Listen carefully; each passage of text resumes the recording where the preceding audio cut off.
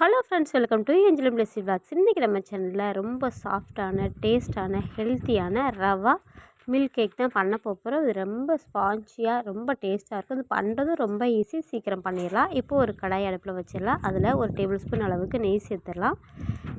நெய் வந்து நான் ஃப்ரிட்ஜ்லேருந்து எடுத்ததுனால கொஞ்சம் கெட்டியாக இருக்குது. இது உருனதுக்கப்புறமா நம்ம ஒரு கப் அளவுக்கு ரவை எடுத்து இது நல்லா வறுத்துக்கலாம். அடுப்பை மீடியம் ஃப்ளேமில் வச்சுக்கலாம். ரொம்ப கறியை விட்டுறக்கூடாது. இப்போ ரவையை நல்லா நெய்யில் வறுத்துக்கலாம்.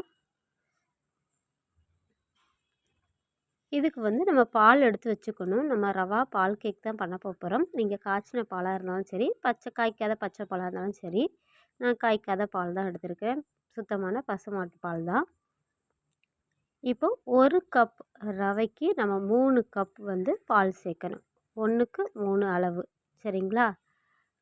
சப்போஸ் உங்கள்கிட்ட பால் அளவு கம்மியாக இருக்குன்னா 2 கப்பு தான் பால் இருக்குன்னா 1 கப் தண்ணி வேணால் சேர்த்துக்கோங்க. ஆனால் பால்லே செஞ்சால் மட்டும்தான் இது அது டேஸ்ட் அப்படியே கிடைக்கும் நம்மளுக்கு. இப்போ 3 கப் அளவுக்கு பால் சேர்த்துக்கலாம். அதாவது 1 கப் ரவைக்கு 3 கப் அளவு பால். இது நிறைய பொருட்களும் நம்மளுக்கு தேவைப்படாது. பால், சுகர், ரவை இதுதான் தேவைப்படும். இப்போ நல்லா கலந்து விட்டுக்கலாம். இப்போ நம்மளுக்கு ரவை வந்து இந்த பால்லையே நல்லா வெந்து வரணும். அது வரைக்கும் நல்லா கிளறி விட்டுக்கலாம். அடுப்பு வந்து ஹைலையும் வைக்காமல் லோலையும் வைக்காமல் மீடியம்லேயே வச்சு கை விடாமல் கிளறிக்கிட்டு இருக்கணும். இல்லைனா கட்டி விழுந்துடக்கூடாது. இப்போ பாருங்கள், நல்லா ரவை வந்து வெந்து வர ஆரம்பிச்சிட்டு பால் கொஞ்சம் திக்காக ஆரம்பிச்சிச்சு.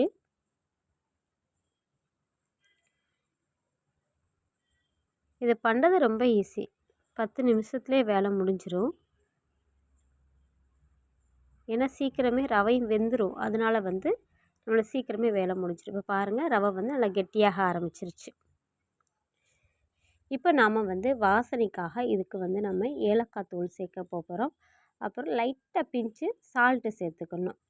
ஏன்னா நம்மளுக்கு லைட்டாக சால்ட்டு வந்து நம்ம எப்போனா இனிப்பு வந்து கொஞ்சம் எடுத்து கொடுக்கும். அதுக்காக ஒரு பிஞ்சு போல் சால்ட்டு, அப்புறம் ஏலக்காய் வந்து தூள் வந்து வாசனைக்காக சேர்த்துட்டு, இப்போது நம்ம இனிப்பு தேவையான அளவு உங்களுக்கு எவ்வளோ இனிப்பு வேணுமோ அதுக்கு அந்த அளவுக்கு சேர்த்துக்கங்க.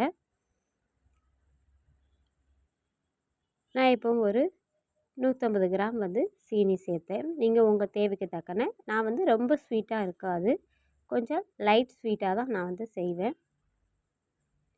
இப்போது சீனி சேர்த்ததுக்கப்புறமா திரும்ப நம்மளுக்கு வந்து அது லூஸ் ஆக ஆரம்பிக்கும் மாவு. இப்போவும் திரும்ப கைவிடாமல் நம்ம கிளறி விட்டுட்டு அது நல்லா நம்மளுக்கு திரண்டு வரும். இப்போது கொஞ்சோண்டு நெய் சேர்த்துக்கலாம். சேர்த்துட்டு நல்லா கிளறிக்கலாம். நம்மளுக்கு கடாயில் ஒட்டாமல் வர்றதுக்காக கொஞ்சம் நெய் சேர்த்துட்டு நல்லா கிளறி விட்டுக்கலாம். இப்போ பாருங்கள், நம்மளுக்கு ரவை வந்து இந்த அளவுக்கு நல்லா திரண்டு வரணும். நம்ம கிளறி விடும்போது சட்டியில் ஒட்டாத அளவுக்கு நல்லா திரண்டு வரணும். அது வரைக்கும் நல்லா வேக விட்டுடலாம்.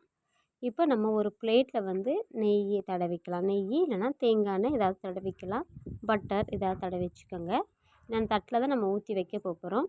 இப்போ பாருங்கள், இந்த ஸ்டேஜ் கரெக்டாக இருக்குது. இப்போது நம்ம தட்டில் வந்து சேர்த்துட்டு கொஞ்சம் நட்ஸு வந்து நான் வந்து டெக்கரேட்டுக்காக பண்ணியிருக்கேன். பாதாம் வந்து துருவி அதை மேலே வந்து ஸ்ப்ரெட் பண்ணி நல்லா கரண்டியை வச்சு நல்லா ஸ்பூன் வச்சு அமர்த்தி விட்டுறணும். அமர்த்தி விட்டுட்டு நல்லா ஆற விட்டுறணும். உங்களுக்கு இது வந்து நல்லா கூலிங்காக வேணால் கூட ஃப்ரிட்ஜில் வச்சு சாப்பிட்லாம். நான் ஸ்கூலுக்கு வந்து ஸ்நாக்ஸ்க்காக பண்ணதுனால நான் ஃபேன் காற்றுல மட்டும் நல்லா ஆற விட்டுட்டேன். ஆற விட்டுட்டு நம்ம எடுத்தோம்னா நம்மளோட சுவையான நல்ல சாஃப்டான ரவா பால் கேக் வந்து தயாராகிடும். இது உங்கள் வீட்டில் ட்ரை பண்ணி பாருங்கள், ரொம்ப நல்லாயிருக்கும். இந்த வீடியோ உங்களுக்கு பிடிச்சிருந்தால் லைக் பண்ணுங்கள், கமெண்ட் பண்ணுங்கள். மறக்காமல் நம்ம சேனலை சப்ஸ்கிரைப் பண்ணிடுங்க. தொடர்ந்து அடுத்த வீடியோவில் சந்திப்போம். நன்றி, வணக்கம்.